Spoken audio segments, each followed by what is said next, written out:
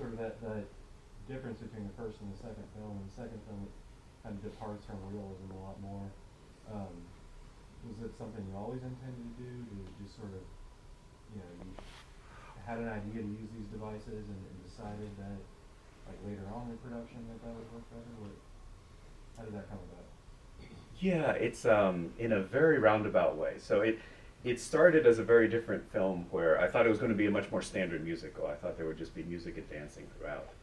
Um, and I wrote a scene, and it would be sung through, and I would go back, and I'm like, we really didn't need to do that.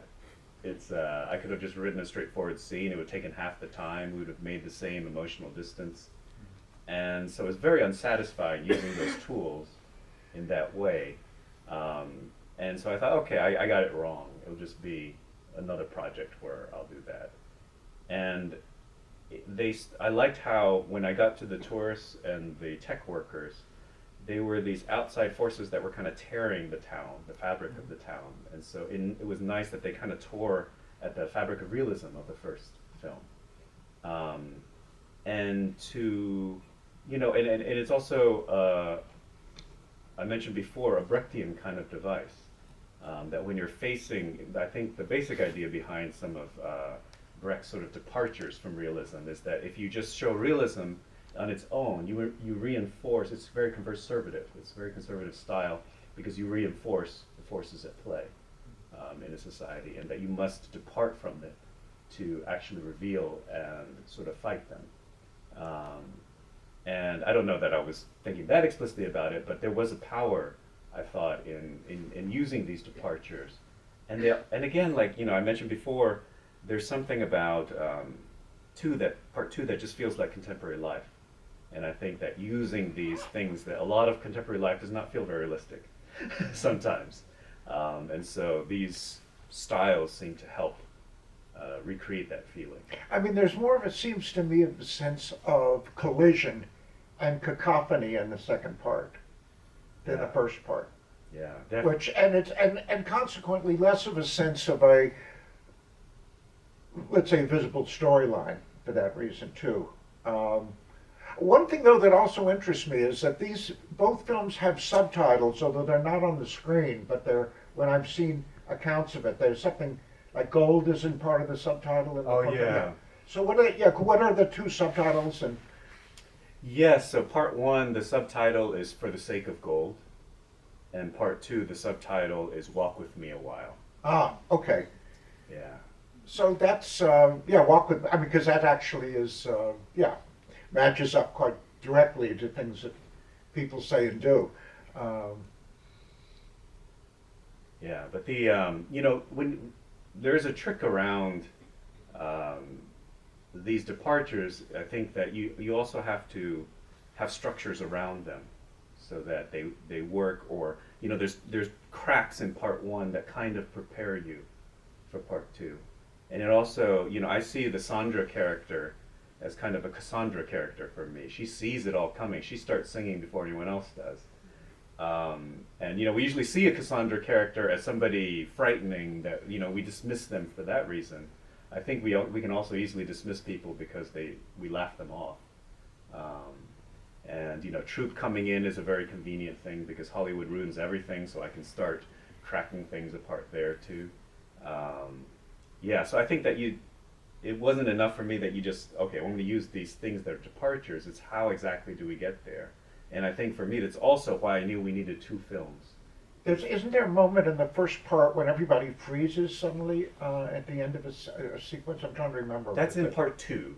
Oh, it is in part two. Yeah, it's in the diner. There's a moment when they freeze right before we go to Sam's. Oh singing. well, there's something I'm thinking of that it was, you know, a break with the Oh, stuff. there is. It might be what you're thinking is after Sandra has sung for the first time. Yes. There's sort of this moment where no one knows quite how to react to it. Oh yes, Maybe exactly. that. That's it. Yeah. Yeah, and just a quick break for if there are any opera fans in there. That's Martina Arroyo, Greatest contralto of her generation, I- Martina Arroyo. my favorite singer, and I'm so thrilled that she's hysterical in life and in the movie, and I was so happy to have her in this movie. Oh. Yes. I was wondering if you could talk about the scene in part two. You talked about how when Troop comes in, it's kind of easy to satirize the Hollywood element. But in part two, there's the scene between May and Ray where they've kind of dropped their performative acts and are kind of, you show them in a slightly more compassionate light than earlier in the film. Yeah, I think that, well, part of it, I almost had the subtitle, I jokingly had the subtitle for part two for a while, Everybody Loses. But I found something a little more uplifting.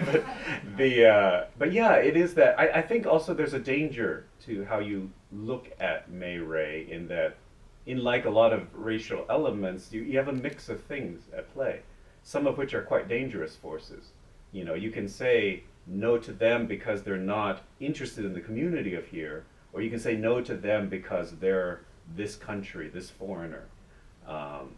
And so I think I wanted to put in something that jammed up some of those views people might have started settling into in part one. Well, also the fact that Ray gets fired and gets replaced by another Ray makes you also realize that it's what a depersonalized object May Ray is, and that it's an object, not a human construct. They are not the owners of the system. Yeah. Yeah.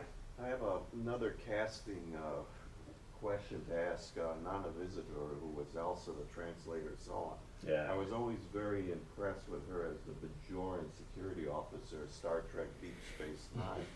Now, how did you get her? Did she live around the Hudson, New York area, or was she chosen She for lived. a particular reason? Yeah, she lived in New York at the time. She's now West Coast. I didn't know her from Deep Space Nine. I knew her from MacGyver.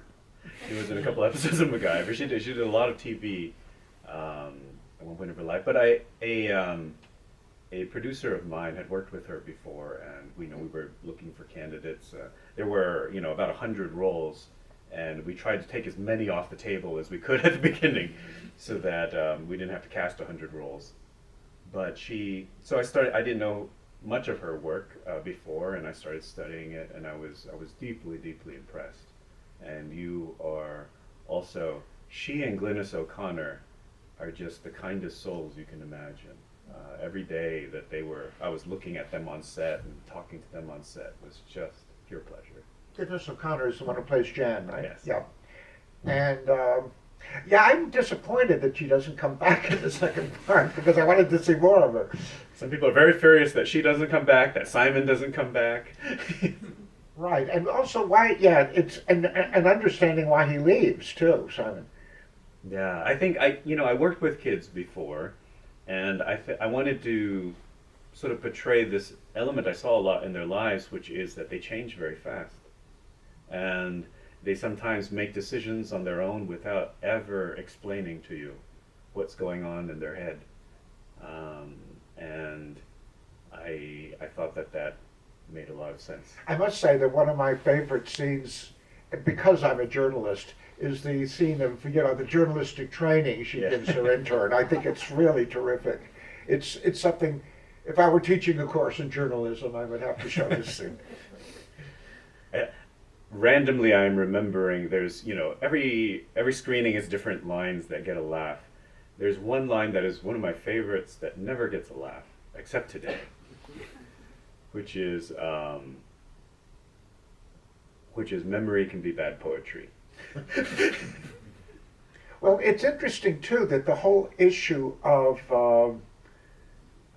reviews of there are two separate sort of pieces in the newspaper about May Ray, and that the second of which gets the Ray fired, although it's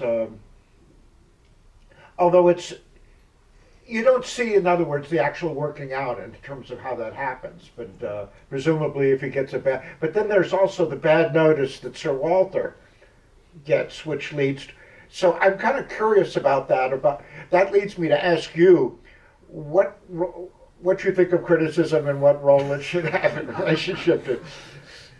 I mean, There was also how the does critic structure in part feel? one. Yeah, I mean, I think it is like any human endeavor, you know, and even when, you know, in some ways, like with May Ray, even when I find things laughable, I also have an affection for them, and so I think that it's a hard thing to do, to essentially live your thoughts out loud like this. Um, and I just very personally, it has, um, you know, with my films, for some reason they're not the stuff of committees. I can never get a committee of people to agree to have the same view of my films, and they've depended a lot on individuals. And the individuals who have done the most for my films have always been critics. Um, so whatever I think about critics, I owe them a lot. The one thing that strikes me as very surprising in it, but also revealing, is that Bread Factory has gotten a lot of rave reviews. I mean, if you just look on, what is it, Movie Review Query, well, I never go to Rotten Tomatoes because that's a joke, but Movie Review Query, in other words, you look up the reviews and it's got a lot of really good reviews, and yet this is a film that really exists under the radar. And the question is why. In other words, I don't know if it was the fault of the New York Film Festival that they didn't show it, but it's sort of like a film that, well, it doesn't exist in the mainstream, as you yourself were saying to me before. So I'm curious about that discrepancy and how you interpret it. I think a piece of it is we use independent film so much as a term of industry, we forget sometimes it's as a term of English. Yeah. And it is just out of tune a little with everything. Just enough, I think, that it doesn't, it's easy enough for it not to fit in places.